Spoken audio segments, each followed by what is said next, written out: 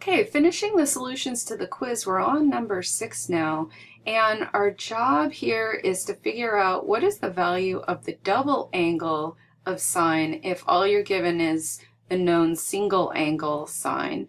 So I'm writing out here the formula for double angle of sine. There are three numbers that multiply together to give us the value of the double angle of sine. The number 2, and sine of theta and cosine of theta. But we're only given the value of sine of theta. So I can put that into this parenthesis here, and yet I still have to figure out what the value of cosine of theta is. And how do we do that? Well, we know the Pythagorean identity, and that is what I'm writing over here. Cosine squared of theta equals 1 minus sine squared of theta. If I know sine of theta, I can get cosine of theta. So I do know the value of sine of theta, and so I'll throw it in these parentheses here. I know I have to square it, and it is just an arithmetic problem that now I am solving. So I'm squaring each of the numbers individually because I can avoid my calculator if I do it this way. So I squared each of the numbers, and now I'm trying to figure out what 1 minus sine squared of theta would be. So 1 is 49 over 49. I'm subtracting off 20 over 49, and I'm coming up with 29 over 49. Now, this is the value of cosine squared of theta, and that's not what I want. I want the value of cosine of theta. So what I'll do is I'll take the square root of this fraction here on both sides. So if I square root this side and square root this side, I should get the value. It's important to recognize that whenever you square root both sides, you have this plus or minus to have to deal with. And the plus or minus is a decision that you have to make. So I'll come over here and I'll read what theta, where theta lands. Theta lands in quadrant 3. And in quadrant 3, everything is negative. Both sine and cosine is negative, that is. So we will go ahead and select the negative of the square root. So the value that I'm looking for is negative square root 29 over 7. And that's what equals cosine of theta. So now I have the last value that I would need, and I put it in here, and now I have to do the arithmetic, and I have my answer.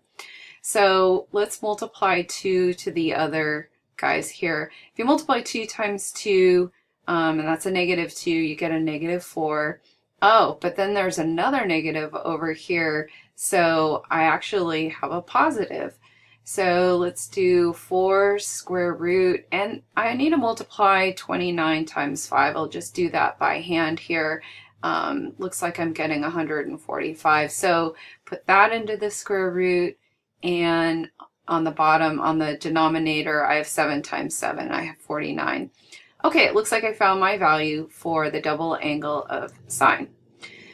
Good. And number 7, let's move on to that one. Number 7 is really just asking you, do you recognize that when you have sine of any angle, it is reciprocal to cosecant of the same angle?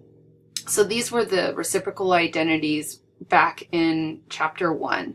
So all I'll do here is recognize that cosecant is just the reciprocal of sine, and I have my answer. Number 8 is really similar. It just says, do you recognize that cosine and secant are reciprocals? And they are, so we go ahead and flip this over, and now I would have the answer to what is secant of 2b. Okay, number 9 is going to take a little more work.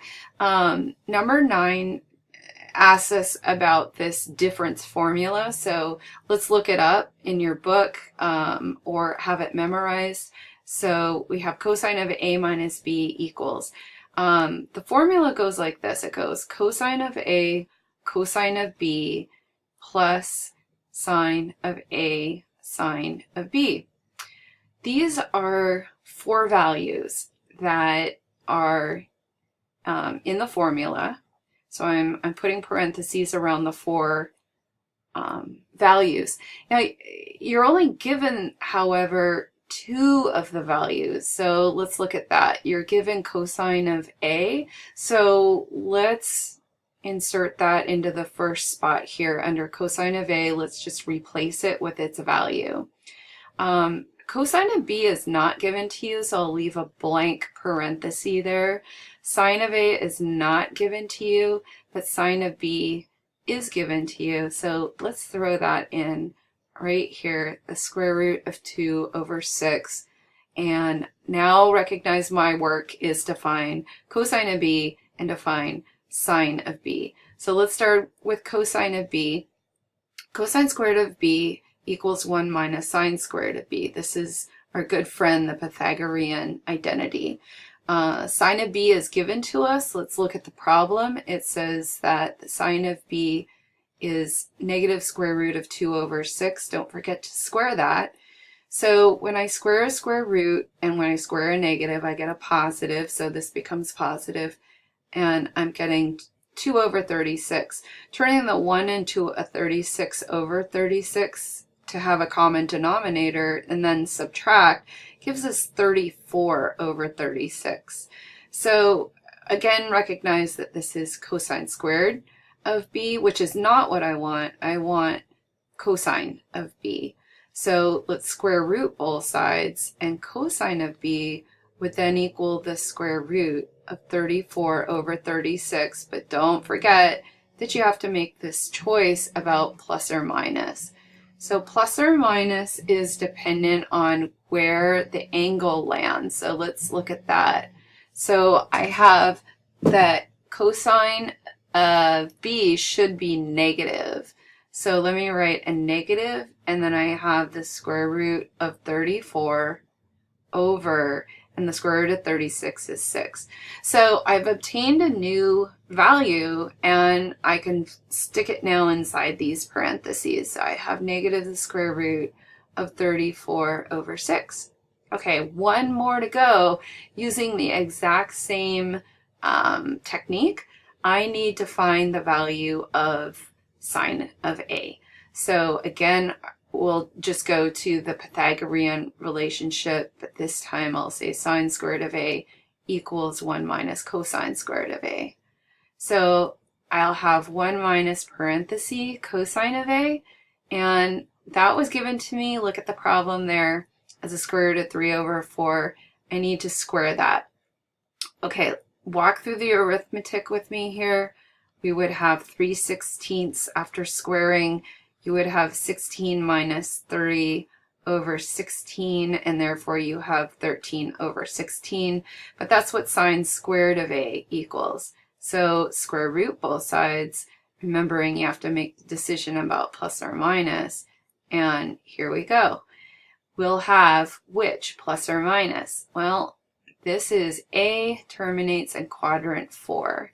In quadrant 4, my sine values, although cosine is positive, my sine values are negative.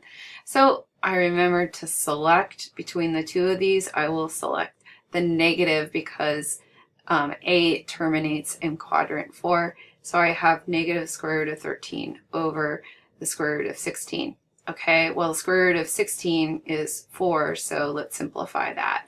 Come on over here and put this into the parenthesis. You would have negative square root of 13 over 4.